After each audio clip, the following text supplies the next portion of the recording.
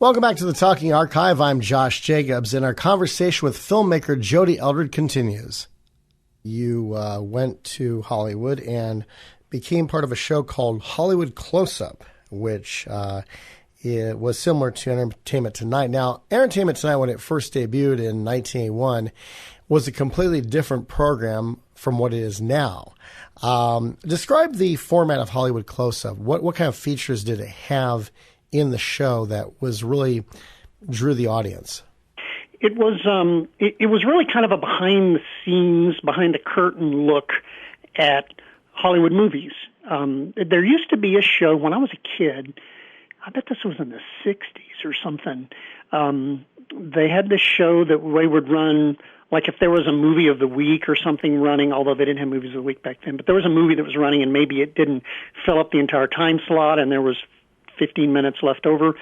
They would run this little feature called The Movie Makers, and it was behind the scenes of some movie. And I remember watching that. I was just so intrigued by that as a kid. And that no question is part of what made being in television and film interesting to me, because I was just very curious as to how they did that. And so Hollywood Close-Up was kind of that. We would shoot some behind the scenes of a feature that's being made, or a composer doing the music for a movie, or we would do a story on Foley, for example. And Foley is all the sound effects, footsteps, water, the sounds of leaves, all that kind of stuff. That's not recorded on location. That's all done later by somebody on a sound stage, mimicking those sounds 99% of the time. And so I did a story on Foley, how they do it, and who are the top people doing Foley, and here's how they did that. So it was just kind of a variety of those kinds of things. And then we did I directed a special on the Hollywood movies, like here's the movies coming out for this summer, beat the heat with Hollywood movies, go to the air-conditioned movie theater and blah, blah, blah. And it was, kind of a goofy, fun thing, but it was a kind of a little recap or a little introduction of what's happening that summer. So that was, and we would do celebrity interviews. I remember when Mad Max Thunderdome came out. I think that was the one, I remember interviewing Mel Gibson and Tina Turner. I could have that time frame off. Maybe I was filming that for somebody else, but a long answer to your question. But it was mostly just kind of behind the scenes, a close-up look at how Hollywood works. Oh, yeah, which is a shame it's not that way anymore. I mean, that's much more interesting than what's the latest fashion so-and-so's wearing, or what's the latest happening with the reality stars. It's just like, okay, come on, 100% I heard that agree. Last week. It's a shame because their demographic has shrunken, to just this tiny percentage of people who really give a hoot about that kind of thing. And it's not interesting, and it really, glorifies and idolizes people, many of whom, perhaps the most of whom, really don't have anything important to say and live lives that are really broken. And so I am pleased to no longer be a part of that machinery. Well, I remember back on KTLA Channel 5 from 1978 to 1991, both Saturdays and Sundays, you had the Family Film Festival hosted by Tom Hatton, who was also a host of Popeye and His Friends on the same channel. And what he'd do is he'd play a classic film, but he also tells stories about throughout the broadcast, throughout the 2 hours to fill time. And so he says, okay, Glenn Ford from that movie was also shooting this movie at the same time on the same set, so he could be going from one set to the other, getting like 3 hours of sleep. I'm just making that up off the top of my head. Sure. But, something interesting like that. And then sometimes he'd even have one of the stars of that particular film in studio with him throughout the broadcast. And it was really just, it was a very simple set, nothing fancy, but it just captured your attention. Yeah, and I think we could do well to do something like that now. I mean, it'd be weird kind of breaking up a movie into, to 45-minute breaks or 30-minute breaks or 20-minute breaks, although they do that all the time. They're running commercial breaks every 12 minutes or 18 minutes, sometimes. But I remember Tom Hatton. I don't know if I remember watching that show, but I remember him, and he's a very super knowledgeable guy. Oh, yeah. And a very affable, very likable. And I'll bet you anything, if we did something like that now, there would be a huge number of people wanting to see it. I mean, the demographic, there's like a third of the population is over, 55 or something. I mean, the numbers are big, and it's a huge demographic that most of Hollywood is completely ignoring, and it's going to be to their loss. I've got a couple of movies right now and a TV series that we're trying to sell, things that I've written, and one of the notes is, well, we would like to have somebody a little younger as the lead. I'm like, no, a younger person could not possibly play this person. This has to be. I mean, what's the number one show on TV? Yellowstone. Who's the actor? Kevin Costner. How old is Kevin? 69 or something, I think. Yeah. Like, give me a break. Don't tell me that people aren't looking at shows with older characters in them. They're some of the most popular shows in television. Breaking Bad, Bryan Cranston was 56 or so. He's my age when he was doing that. And it's still a popular show in reruns. It's like, stop with this. So it's really annoying that you've got these decision makers and gatekeepers who really think they know the market, and they don't. And, don't get me started on Cracker Barrel and their entire business model who's been built on people who are my demographic. I'm 66, and going completely woke now and saying we want to go after this tiny little young market who doesn't even like our food to begin with, and basically spit in the face of their target demographic, which is us. That is a lot of what's happening in Hollywood and has been for a while. And thankfully, there are a lot of filmmakers who get it, and some studios who get it. Lionsgate has done well, promoting and distributing some faith-based films because they know there's a giant marketplace out there for it. So anyway. And the number one movie recently, I think this year, is the Super Mario movie, and that's taken in, I don't know, at least $1 billion worldwide and counting. It's still in theaters, and it's basically just good, clean family fun. Nothing, no agenda. It's just the agenda is entertainment. I remember years ago, I got the Bob Newhart Show on DVD, and over several of the episodes each season, you've got Bob communicating over the episode with different stars, different producers. So he's had like Peter Bonners, who played Jerry the dentist, and Jimmy Burrows, who was one of the producers on the show. Yeah. And Peter Bonner said, the great thing about the Bob Newhart Show, he said there was no agenda. He said, All in the Family had a political agenda. The Mary Tyler Moore Show had a feminist agenda, but the Bob Newhart Show had no agenda. Basically, it was these four main characters that, they had their kind of like quirks and their conflicts, but deep down they cared about each other. They liked each other. 5 characters, that is. They cared about each other. They liked each other. And it was just entertainment. That was the agenda for the show, was entertainment. I remember Bob even said another time on another DVD, he said some young writer came up to him and said, "Hey Bob, let's do a joke about Gerald Ford tripping." And Bob Newhart said, Yeah, that's hilarious. But in 10 years, people aren't going to have a clue what the hell you're talking about. And he was absolutely right, because when I was about 15, I was watching a first-run episode of Family Ties. And it was an episode where Skippy liked this girl. However, she liked Alex instead. And so this girl kept making advances toward Alex. Finally, Alex gave in and kissed her. And Skippy happened to be there when he gave in and kissed her. So Skippy runs away. And so Alex goes to Skippy's house to console him. And the first thing you see in Skippy's bedroom was a framed portrait of President Ford. I said, Mom, how come they're laughing that Skippy has a picture of Gerald Ford? And she said, oh, because Gerald Ford was known as being a klutz. It's like, oh, okay. Now I get it. But the thing was, I was 15. I knew who Jerry Ford was, but I didn't know about the several instances where he tripped. So I had to be explained about that. So if I, who knew Jerry Ford, knew about that, of course, those who didn't know who Jerry Ford was, they'd be like, huh, what? I don't get it. Yeah. Yep. And so it's wise when you've got people who understand that, because you're going to have a little bit longevity. As opposed to those who are looking at some little specific spur of the moment messaging that they want to do to try to make a point, to try to advance an agenda or something like that. And it's sad, but the business is completely shot through with that. So welcome to Hollywood. I remember you talked about the youth and stuff. Game show legend Jack Nars gave an interview to the book Come On Down. That was written about 35 years ago. Jack passed away about 15 years ago, but he said it's funny how these executives want a game show host that looks 21 years old with 20 years of experience. Yeah, that kind of makes sense. And you know what's funny? You look at game shows and like The Price is Right, for example. Mm-hmm. You know, where they said, "Come on down," and you know the camera is on the audience often. Mm-hmm. Or let's make a deal. Even there's a ton of people in that audience that are not young. There's mm-hmm. a ton of people in there. Now, obviously, you know, they want to reach that younger demographic.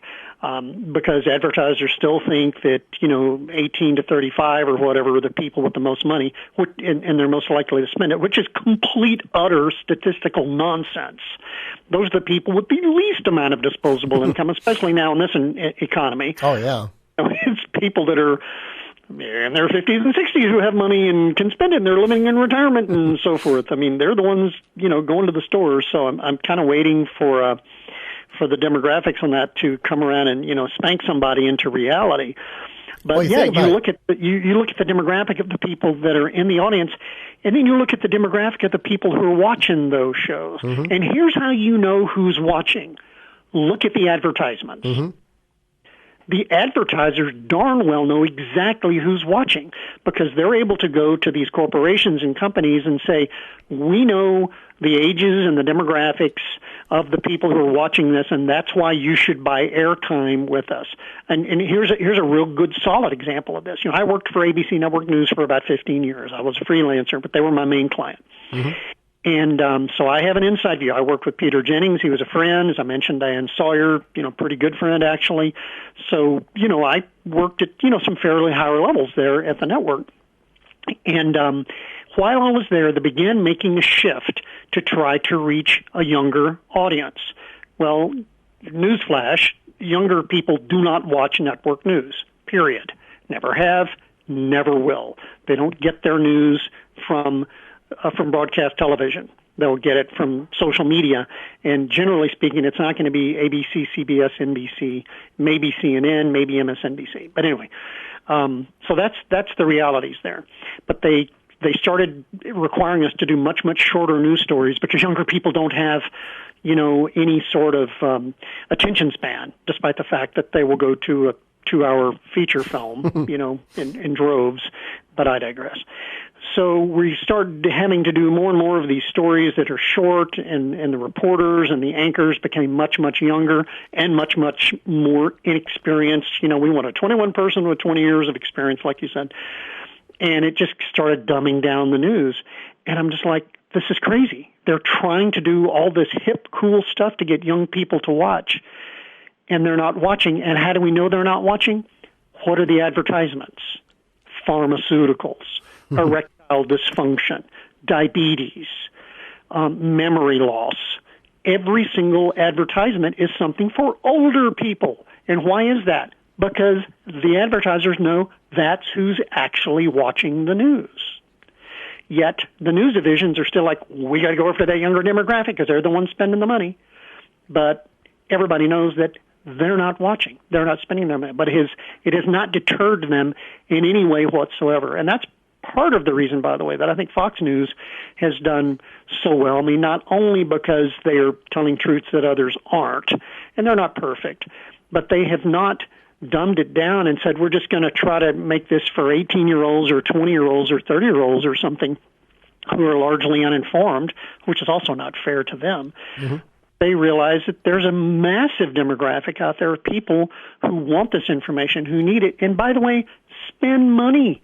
You know, they buy things. They go to the store. They take vacations. They buy automobiles. They're not just buying pharmaceuticals in their old age.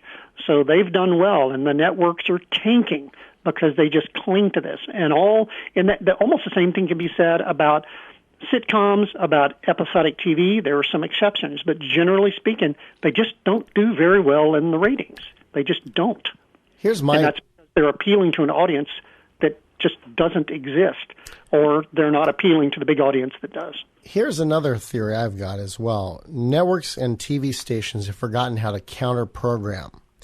I've got some old TV guides at home that I like to look at and see what the programs are that were scheduled.